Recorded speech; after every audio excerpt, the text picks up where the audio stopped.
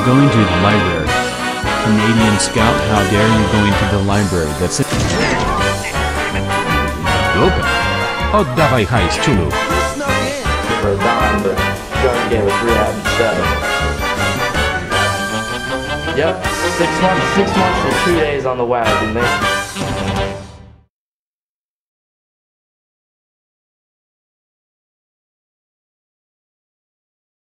Laura's been very much engaged in this museum for a long time. First, it shows our commitment to truth.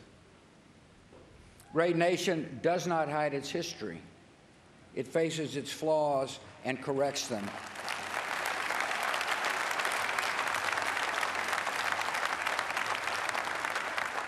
This museum tells the truth that a country founded on the promise of liberty held millions in chains, that the price of our union was America's original sin.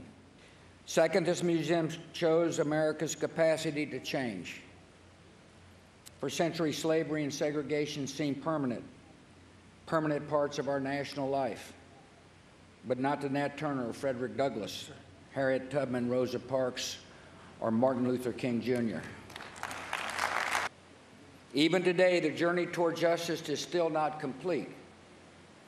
But this museum will inspire us to go farther and get there faster.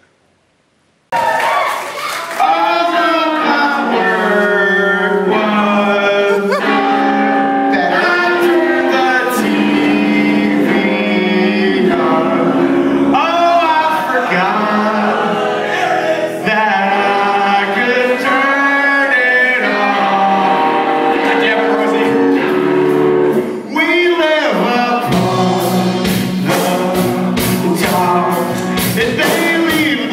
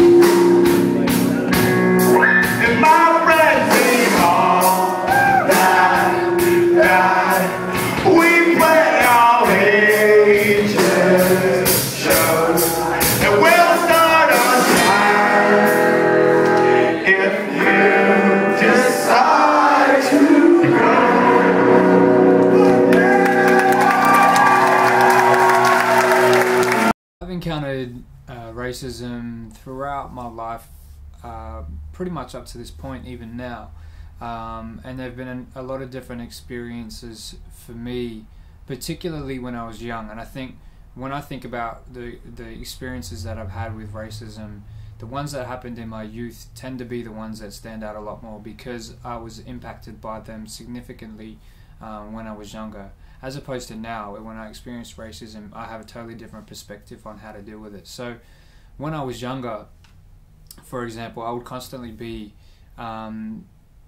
made to feel excluded because of my differences. So, you know, visibly, you know, I look different from everybody else because I have a turban and a beard.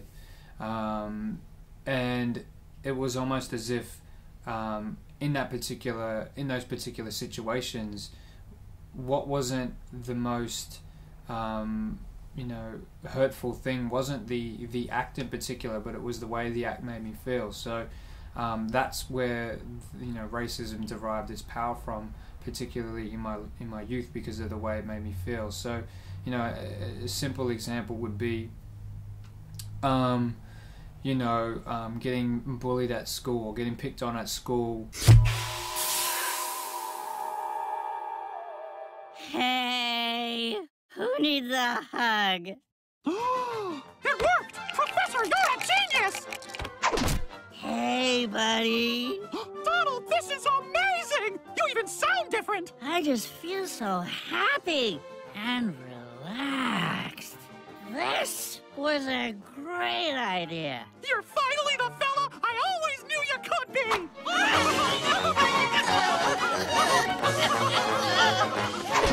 Daisy's gonna love you like this.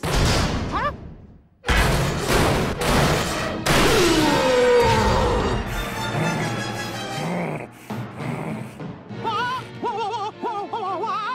That hasn't happened before. Hey, you. You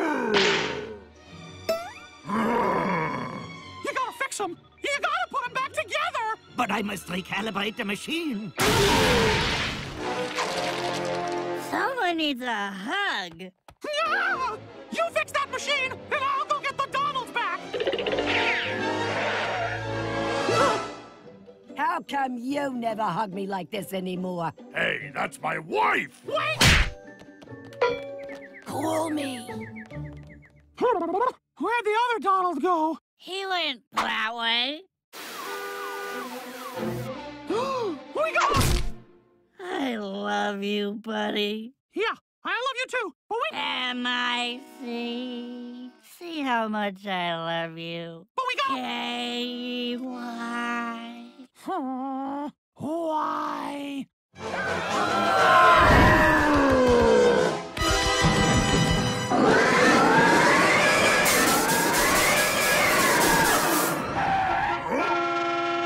Hey, Chucklehead, you're blocking the route of my new sports car. Uh-oh. Not cool, bro.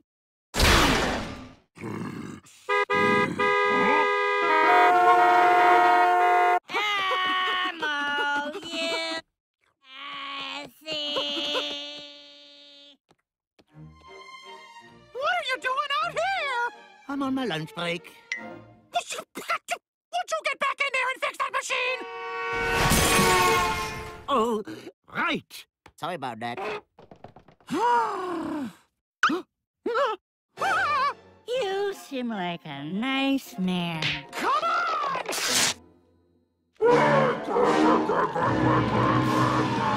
Oh, no! You again? Say goodnight, Romeo. Why, you lousy?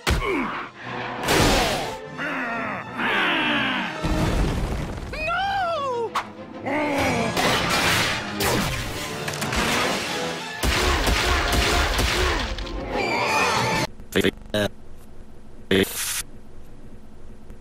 Wow! You mean me? What?